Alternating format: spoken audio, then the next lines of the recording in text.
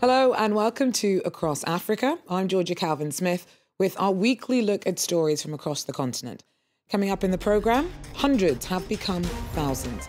The number of South Sudanese refugees heading into Uganda every day sees a huge uptick. We take a look at the camp to which many have fled. Also, creative vision, not violence. People living in the troubled Tunisian region of Kasserine turn to theatre in a bid to show a different side to their community.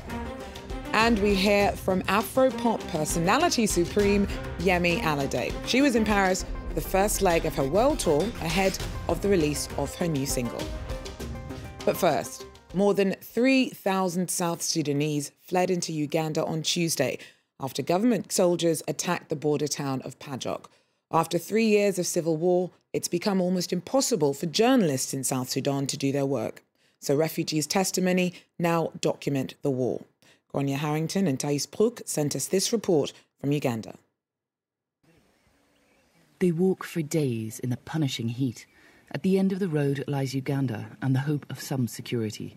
In a steady stream, hundreds cross here each day. Angelina and her sister travelled for a month to get here. Our journey wasn't easy, especially with our kids. We had to stop. Sometimes we were staying 2 or 3 days to rest under a tree. Opened in August last year, Bidi Bidi has since become the largest refugee settlement in the world, with more than 270,000 inhabitants. Now refugees are being sent to the newly opened Mvepi settlement. With famine hitting parts of South Sudan, health checks are vital for new arrivals, particularly young children. But for them, once they start starving, they will have diarrhea, and diarrhea kills a person in no minute. Yeah. As those who've just arrived receive a hot meal, there's a scramble to be first in line. This is 6 days, we don't have anything at the road. We are suffering totally. This will be Betty's new home. She's lucky to have made it. Both her uncle and her brother were killed by government soldiers on the road to Uganda. The cutting, even those who the dead body, some people can see dead body on the way. She's using panga and she's cutting. This place is all just like that. The refugees here are escaping one of the worst humanitarian disasters in the world. Human rights organisations accuse government forces of ethnic cleansing and deliberate starvation of civilians. For thousands like Betty, the dangerous journey to shelter in Uganda remains the best option for survival. Nigeria's long struggled with corruption, but several local NGOs are trying to lift the lid on bad practices. One organisation in Lagos specialises in monitoring public spending. It's helped to hunt down abandoned projects that still receive government funds. This health centre may never see the light of day. Construction on the site's been at a standstill for 3 years. A team from Budget have come to see for themselves, guided by inhabitants from Abeokuta. The residents alerted the governor and members of parliament, but there's been no reaction to this day. Even when they built this health centre, that you people are aware that 200 million was being budgeted. I don't think you people allowed them to do this kind of thing for you. Do you understand? Yet this health centre has been included in Nigeria's budget since 2004. Every year, the Clinic of Olomo is brought up at the National Assembly. It's one of thousands of community projects voted by the Senate and the House of Representatives. Altogether, nearly 35 million euros are allocated for development. But according to independent experts, only one project out of 5 actually breaks ground. And when we do a budget, we intend to send those projects to every part of this country so that all Nigerians from all spheres will benefit from what we're doing here. But the reality today is simply that we do not have that kind of money, and we are moving cautiously and prioritizing to ensure that things get done where we can. The budget team is recognised as a reliable technical partner by the federal government, but their mission to monitor Nigeria's public finances is fraught with complications. Sometimes it gets very dangerous because the political parties, their agents might be part of the meetings, and then they would come and say you're trying to incite people against them and things like that.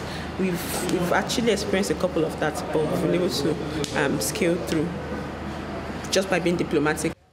In the community of Olomouc, the women have their hopes pinned on budget and still dream of having a real health centre one day. After a day of heated debate, Benin's parliament narrowly rejected a proposal from President Patrice Talon to amend the constitution. The change had been a manifesto promise of Talon's when he was on the campaign trail last year. Some see the defeat as a major setback for his leadership.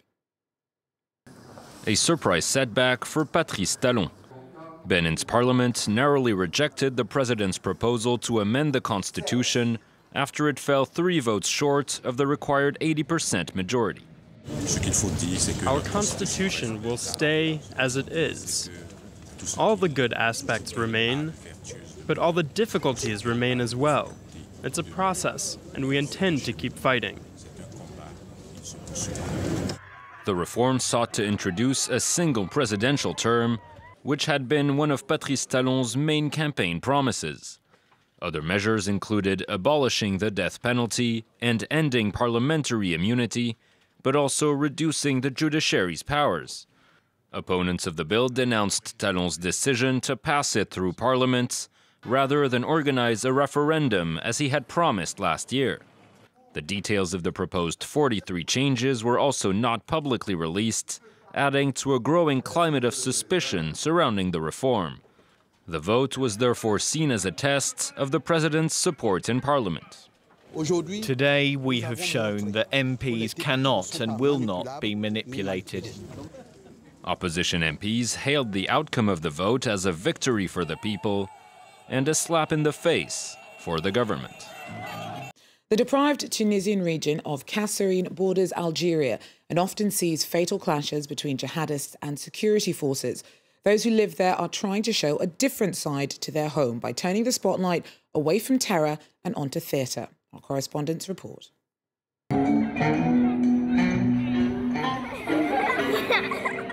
It's time for laughter in the small village of Lafrache in southern Kasserine. Bilal Aloui's travelling theatre has fans across many schools in the countryside of this deprived region. Their goal is to bring the joy of theatre to rural communities. We go where there's no theatre, no cultural events, nothing.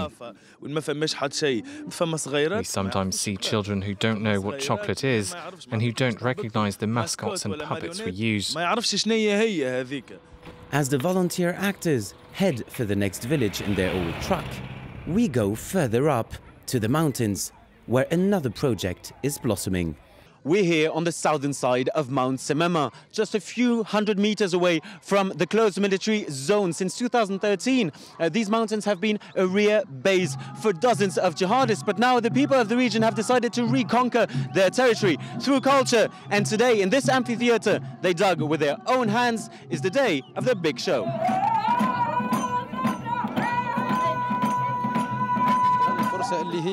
Our mountain scares people. No one ever comes here, only the army. With this event, we want to show that there's nothing to fear, that people can live here. Adnan Helaili started the project. The artist and French teacher had the idea of turning attention away from mines and explosions and towards local culture. He even transformed a hen house into a film club. Culture is here. It's fighting the terrorists bravely, without weapons, only with sticks and through culture, education, faith, and the love of others. We can't fight this cancer not only with bombs. The venture aims for more than a one-off. In the hopes of boosting the influence and reach of the arts in the remote region, the association started working on setting up a cultural centre for the highlanders of Kasserine. And finally, Nigerian afropop star Yemi Alade was back in Paris to kick off her Mama Africa World Tour. The winner of the Best Female Artist in the MTV African Music Awards in 2015 and 16, she popped in to tell me about some of her latest projects and the importance of including her fans in her musical success. After releasing Mama Africa, we've been shooting so many videos, we've been touring, even though not officially. Other than that, we've been just trying to make good music, you know? It's pretty much that. And then we recently went on a world project with Shell, with Pixie Lot, what's her name? Jennifer Hudson. Wow. Hannah. I can't remember his name, but we were 5 people from the continents, different continents, and we were going to like low developed places, people that were in places that needed a lot of help, especially communities that didn't have so much access to resources, and we helped them with lights, but most especially they were means of energy that weren't they didn't have any side effects, like there are no carbon monoxide on the side or whatsoever. So it's like green light.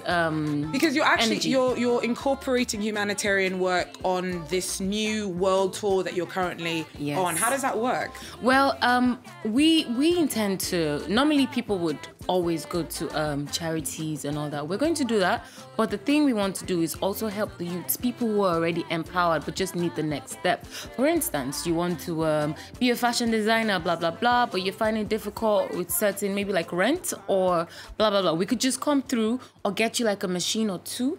So that's like empowering the youths alongside, the charity and all that. Because charity, at the point in my career, I realized that charity is something that we're obligated to do. And that's what we're trying to do. So charity and empowering the youth, because if we don't, who will? Well, it's a really busy year for you. You're going on a world tour. You're going to try and combine that with humanitarian work. You're also releasing an extended play version of your last album, which was Mama Africa. This one's called Mama Afrique. And you're speaking a lot of languages on it. French, Swahili, and Portuguese. Why Portuguese? Well, I have a thing for languages. So maybe next year or by the end of the year, you hear a song in Spanish or whatever.